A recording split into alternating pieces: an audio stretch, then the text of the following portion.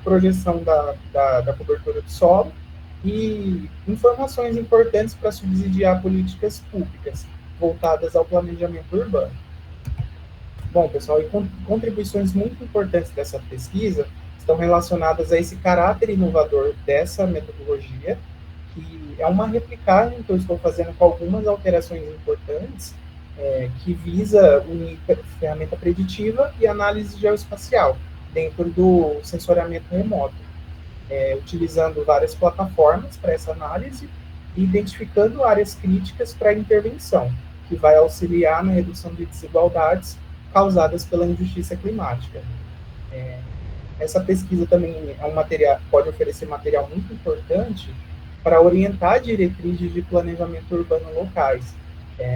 Então, ela tem esse poder de trazer mudanças significativas no enfrentamento a mudanças climáticas e tornar a cidade mais preparada para receber esses eventos, mais resilientes quando ela for submetida a crises como essa.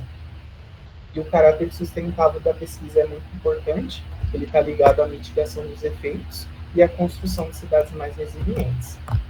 Aqui eu trouxe como que a minha pesquisa está alinhada com objetivos de desenvolvimento sustentável, que são um conjunto de objetivos das Nações Unidas, com a participação de inúmeros países, relacionadas a questões de erradicação de pobreza, a construir um futuro mais sustentável, a tentar minimizar os efeitos das mudanças climáticas no mundo todo. E a minha pesquisa, ela está intimamente ligada com o objetivo 11, relacionado a cidades e comunidades sustentáveis, porque ela pode colaborar na gestão local ou regional de enfrentamento a essas crises e construindo cidades mais resilientes. E com isso, produzindo efeitos de enfrentamento das mudanças do clima. Vamos pensar assim, se essa metodologia ela é aplicada na realidade de Rondonópolis, ela pode ser aplicada em outras realidades que são afetadas pelo mesmo problema. De forma conjunta, essas cidades enfrentam os eventos, as consequências das mudanças climáticas. Então, isso traz é muito importante nessa questão de combate. Um outro benefício indireto é promover a saúde e bem-estar da população, porque se você elabora políticas pensando em cidades mais resilientes, com condições ambientais mais saudáveis, isso tende a promover na população condições de vivência com mais qualidade de vida, com mais bem-estar, produzindo nelas uma sensação de conforto térmico, e isso é muito importante para a saúde daquelas pessoas. A redução das desigualdades, que como eu mencionei, está ligada ali com essa questão da injustiça climática, né? E o objetivo 7, que é energia limpa e acessível.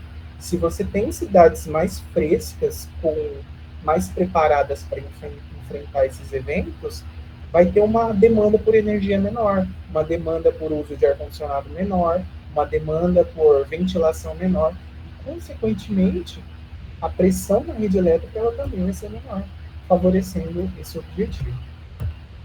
Bom, pessoal, algumas limitações da minha pesquisa estão relacionadas à temporalidade. Eu ainda não defini de forma muito clara se eu vou trabalhar com determinada estação, se eu vou trabalhar com todas as estações, se eu posso mudar os anos que eu vou utilizar como base. Então, tem essa limitação ainda que eu preciso corrigir. E também incorporar dados sociodemográficos e socioeconômicos. Esse fator social, ele tem uma importância significativa nesse estudo também.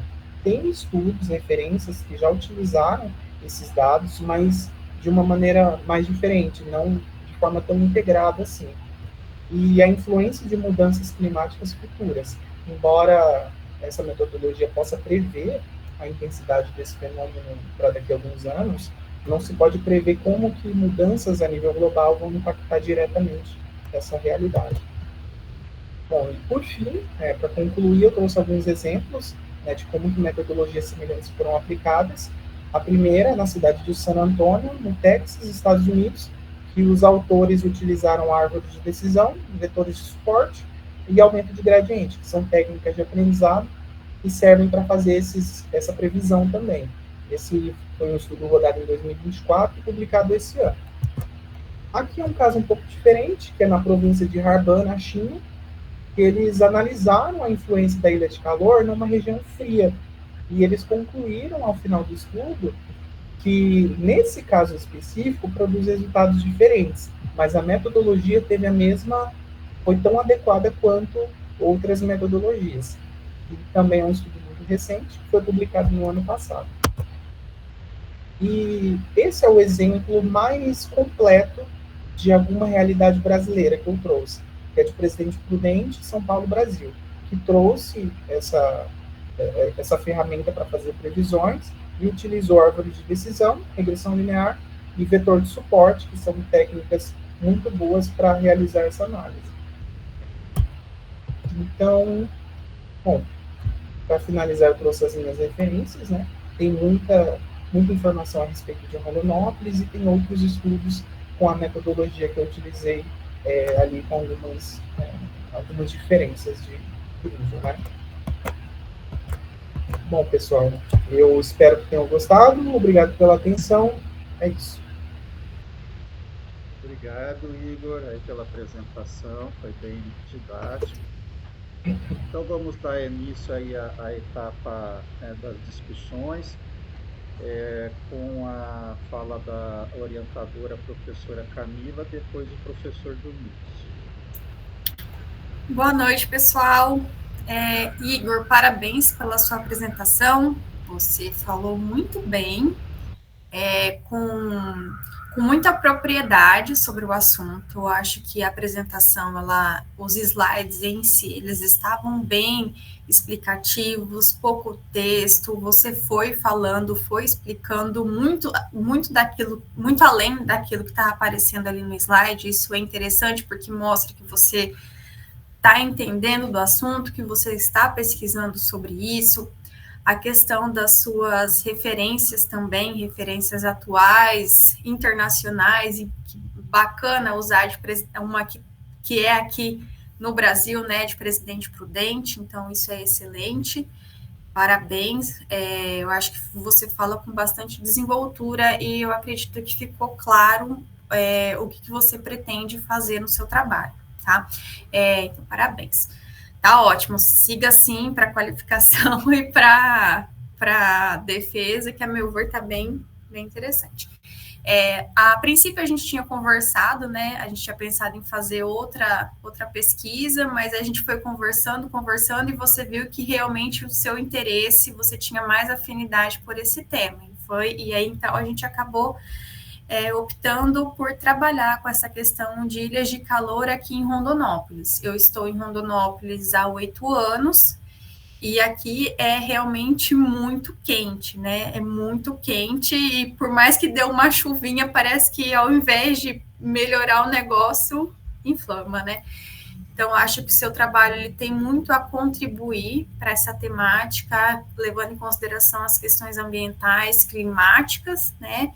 Espero poder contribuir de forma efetiva para a sua formação acadêmica, para a sua dissertação. A parte de sensoriamento remoto é mais tranquilo para mim. Agora, a parte de redes neurais, aí confesso que eu também vou ter que estudar para poder dar o suporte necessário para você. Nesse contexto, Luiz, eu gostaria de agradecer a presença e o aceite do professor Domingos de estar aqui participando, né? Com certeza trará excelentes contribuições para o trabalho. Não tem muito o que falar, é isso mesmo. Obrigado, professora Camila. Vou passar a palavra ao professor Domingos. Boa noite a todas e todos. Obrigado pelo convite, Igor, Camila, obrigado pela oportunidade, né? Também aí vivenciamos, já que estamos falando de tecnologia, vivenciamos um episódio tecnológico negativo, né? Um cyberataque, isso vai ficar aí para registro, né, Igor, das questões, né? E curiosamente, uma das suas técnicas é aprendizagem de máquina, né? E você acabou de ver na prática o que é o mau uso dos algoritmos de aprendizagem. Exatamente isso. Sofremos um ataque. Um algoritmo treinado para rastrear links, né? E aí, onde der a possibilidade de entrar, entra e faz, né, a bagunça toda, né? Mas sobre o seu trabalho, parabéns pela apresentação, concordo com a professora Camila, você apresentou muito bem, fala muito bem, os slides bem organizados, muito tranquilo, né? E mostra segurança, isso é muito bom.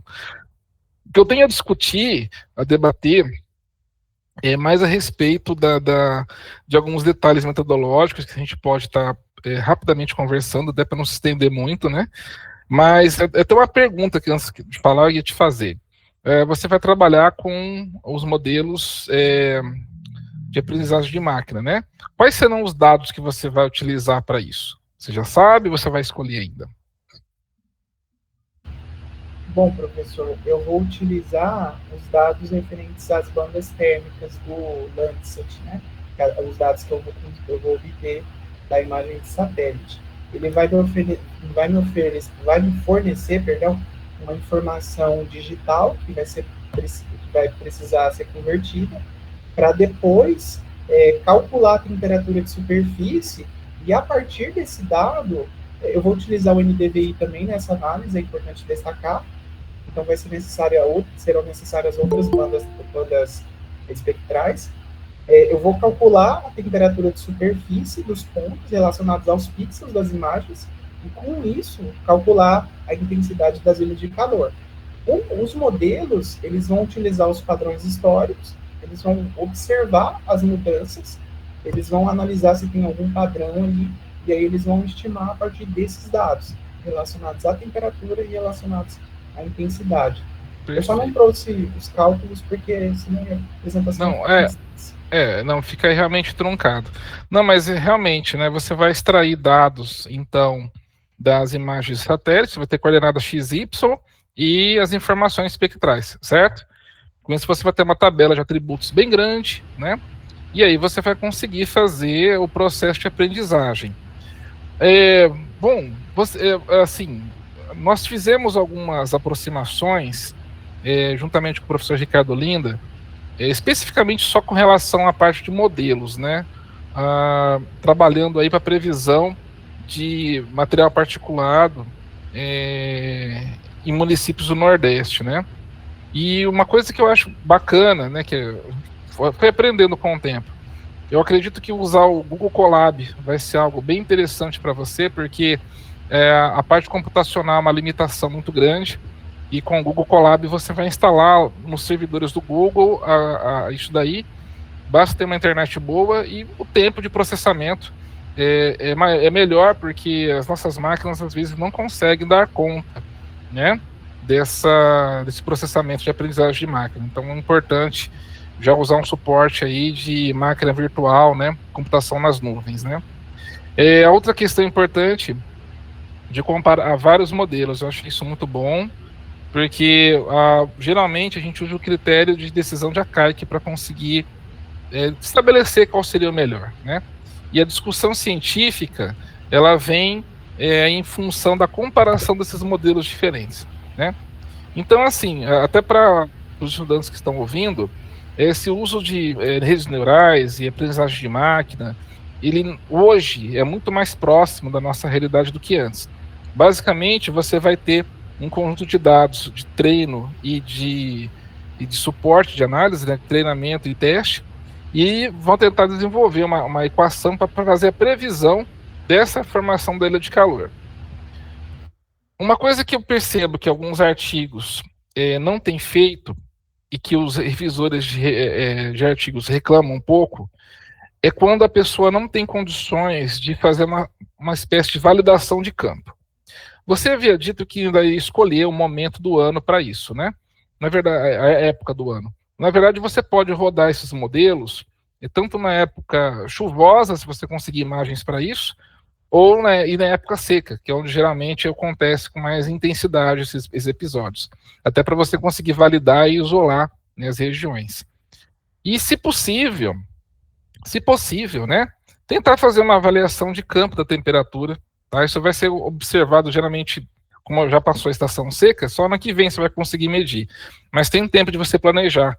Por mais simples que seja, uma avaliação de campo vai trazer uma verdade de campo, um dado a mais para o seu trabalho. Não que isso vá mexer nos modelos, mas que você coloca lá no metodologia que você foi lá, verificou que realmente o bairro tal, né, temperatura média ali, do asfalto que seja maior, né?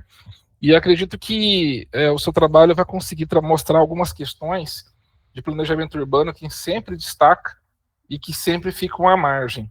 Por exemplo, a necessidade de você cuidar das questões de ilha de calor pelo fato de você ter pouca arborização urbana, ou pela escolha do tipo de pavimento. E ainda, na questão da justiça climática, o tipo de residência, de casa, quintais pequenos, tudo isso favorece a formação de ilhas de calor, né? A ausência de vegetação nos quintais. Com o professor Fábio, a gente estava discutindo uma vez sobre essa questão de quintais urbanos, né? A gente percebeu que a parte, lá em Tiquira, no município de Tiquira, a parte mais antiga de Tiquira tem muita arborização nos quintais. E a parte mais nova já não tem. E a questão é simples, é que as novas casas não tem quase quintal. Então a pessoa aproveita para colocar um cachorro, né, uma piscininha quando tem dinheiro, mas as casas não vêm com quintais suficientes para você ter uma arborização da parte interna. Isso depende muito da arborização urbana. E a arborização urbana ela é vista como problemática em alguns casos, porque dependendo da espécie que você coloca, você vai ter muita dificuldade, né? Então, assim, é interessante colocar essas questões, essas questões de arborização. Você falou que vai usar o NDVI, excelente, né? Eu sei que usa pelo menos umas 5, 6 bandas aí para trabalhar o índice, né, para trabalhar. Eu acho que você vai conseguir estabelecer uma boa relação. No final, na parte relacionada à previsão, você já tem, assim, alguma variável de interesse que você queira definir o seu modelo para fazer a previsão? Por exemplo, você quer trabalhar com a previsão da formação de ilha de calor com base na vegetação, ou com base em algum índice espectral que indique a parte de construções, né, de concreto, etc. Você já tem alguma ideia? Qual seria a sua variável de interesse para... Então, professor, eu pretendo abranger muitas variáveis para trazer uma explicação cada vez mais completa. Então, eu estou pensando em variáveis topográficas, como, por exemplo, a elevação, a distância até as zonas úmidas, a distância até os rios, a densidade urbana, a densidade de vegetação. Então, tem muitas variáveis nesse sentido, relacionadas às características geográficas daquela área, que eu pretendo trazer. Certo. Então, o máximo que eu puder, eu acredito. Máximo, né? Perfeito. Nesse caso, eu acredito que você vai ter uma dissertação bem dentro daquilo que se espera de uma dissertação de mestrado. São testes, são variáveis que você vai testar, são coisas que vão dar muito certo, coisas que não vão dar tão certo, mas tudo isso tem que trazer para a dissertação, porque é parte do escopo do seu estudo. Depois você faz o filtro disso e manda para o artigo. Mas não perca a oportunidade de trazer à luz do público aquilo que dá certo e que não dá. Porque isso vai evitar, inclusive, do retrabalho de futuros estudos, né? Se você fez uma análise que não ficou muito boa, traga para a dissertação. Porque quem vai ler vai falar, não, realmente esse índice aqui, se rodar, não deu muito certo ali, eu já vou evitar. Ainda mais que você vai ter que trabalhar com a parte computacional, demora, né, para organizar os dados, né? E às vezes processar. Mas eu entendo que realmente é um trabalho de alta relevância. Aí já indo para a questão das aplicações, né? É um trabalho de alta relevância, tem uma importância muito grande aqui para o planejamento do nosso município. Eu acredito que ao final você vai conseguir gerar algumas considerações práticas que os gestores devem adotar para a questão de urbanização, não só para corrigir os problemas que já existem, como as orientações para o que seriam os próximos loteamentos de Rondonópolis. Rondonópolis está em crescimento, então ainda há tempo de se corrigir alguns erros, tá, relacionados a isso. E você tocou num assunto importante, que é a injustiça climática. Olha, realmente nós vivemos isso o tempo todo. Os bairros com renda menor geralmente pagam o preço, né, dessas questões, aí pelas questões de não ter quintal, de não ter arborização nas ruas, né, da casa ser pequena, então tem uma série de questões internas que favorecem isso, tá? Das telhas também ser uma reflexão muito alta de calor, né? Então acredito que o seu trabalho tenha condições de gerar na parte de políticas públicas de retorno social uma informação muito importante para nós, né? O que nós podemos fazer em Rondonópolis para reduzir os efeitos das ilhas de calor que existem, se é que elas existem, onde existem, né? E o que pode ser feito para evitar isso no futuro. E na parte científica, eu vejo uma grande contribuição no seu trabalho nessa discussão dos modelos, comparação de quem foi melhor, quem foi pior, porque isso traz uma questão científica muito interessante e aí importante para discutir, para publicar em revistas internacionais. Então, para finalizar, parabéns pelo trabalho, né, está muito bom, gostei muito, né, e espero que os estudantes aí que estão nos assistindo, nos ouvindo, né, os que não são os trolls, né, que verifiquem essas questões que o Igor trouxe hoje no trabalho, especialmente dessas de modelagem, que parece que é um mundo fora do normal, mas hoje em dia não é. Você consegue hoje ali com a computação, né, e até alguns casos com o uso da inteligência artificial, desvendar algumas coisas que você pode explorar nos seus dados. E também a importância de algumas variáveis básicas de descritores ambientais, como temperatura, como isso pode ser extremamente relevante no contexto científico, tá? E, mais uma vez, obrigado pelo convite, tá? E todos uma boa noite. Obrigado, professor. Boa noite. Obrigado, professor Domingos. Igor, só algumas observações, né, para os demais. Você teve assim a propriedade de comentar bastante sobre os ODS, né? Isso é importante ter nas dissertações de vocês, tá? E é importante, se for possível, né, discutir esse contexto regional climático, o tipo de clima tropical que nós temos, né, para esse período muito úmido e muito seco, né, importante. A questão do aquecimento global, assim, no sentido de, assim, de dar um alerta, né, para todos, porque há situações que são planetárias, mas aí há a questão do microclima, né? Então, muitas vezes, você colocou um gráfico ali de crescimento da temperatura média de Rondonópolis, de 70 até hoje em dia, né? Mas até que ponto que isso é produto de aquecimento global ou não, ou é um produto de urbanização, crescimento da cidade, né? A forma como a cidade é organizada, com mais asfalto, menos arborização. Então, não há assim a gente não consegue inferir, né, até que ponto é uma coisa, até que ponto que é outra, né? No sentido principalmente de publicação acadêmica, né? Porque por um lado a gente não pode cair no negacionismo climático, né? Mas também não deve cair assim numa que tudo é produto do aquecimento global, né? E a gente não tem essa capacidade de dizer exatamente que se um local está chovendo mais ou chovendo menos, se isso é por causa do desmatamento regional, local, até que ponto isso é um efeito mais global, né? Então é difícil ter essa aferição exata, né? Então, assim, para não também a gente não entrar numa discussão muito rasa, assim, né? Que é tudo aquecimento global.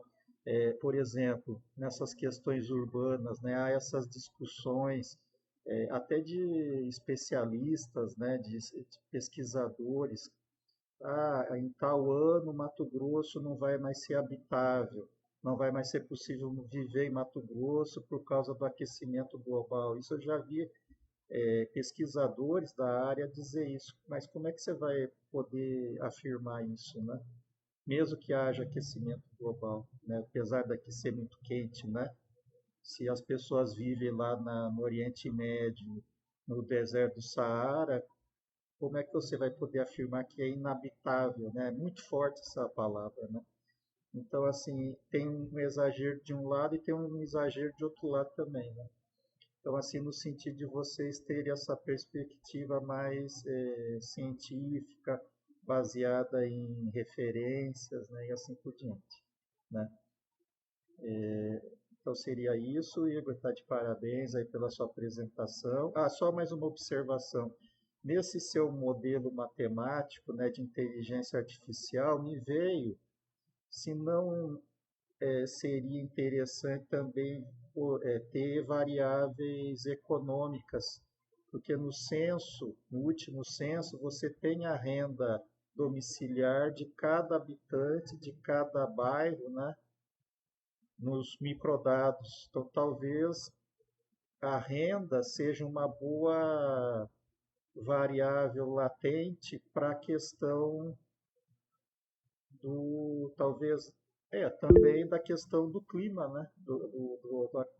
Dessa questão da temperatura do bairro, né? Ao professor Domingos. Pode falar, professor. Realmente, o professor Luiz deu uma ideia muito boa. Nós ficamos geralmente perdidos, às vezes, em quais variáveis socioeconômicas utilizar, né? No caso, então, professora, a renda ela tem uma associação direta com o espaço geográfico, né, com localização, né? Eu acredito, Igor, que vale a pena espacializar a renda, porque tem no microdados você tem os bairros, e aí já fica uma associação muito interessante, inédita, na verdade, para falar da questão da injustiça climática, tá? E aí, porque a gente testa alguns índices e não dá correlação. Não dá correlação, você não consegue prever. Mas eu acredito que, como existe essa tendência de, em regiões, né, periféricas e às vezes de baixa renda, pela própria infraestrutura mais precária, você tem uma formação que de maior emissão de ondas de calor, né, de maior emissividade de radiação e por isso maior temperatura prevista, você possa conseguir uma correlação interessante. Tá? Ainda mais aqui em Rondonópolis, você tem contrastes, né? Você tem muito verde em áreas com maior renda, né, e menos verde em áreas de baixa renda. Muito interessante, muito boa essa ideia, professor. Obrigado, professor. Então, agradeço aí, Igor, tá, professora Camila, e vamos encerrar esse seminário que foi bastante tumultuado. No mínimo, né? Obrigado, pessoal.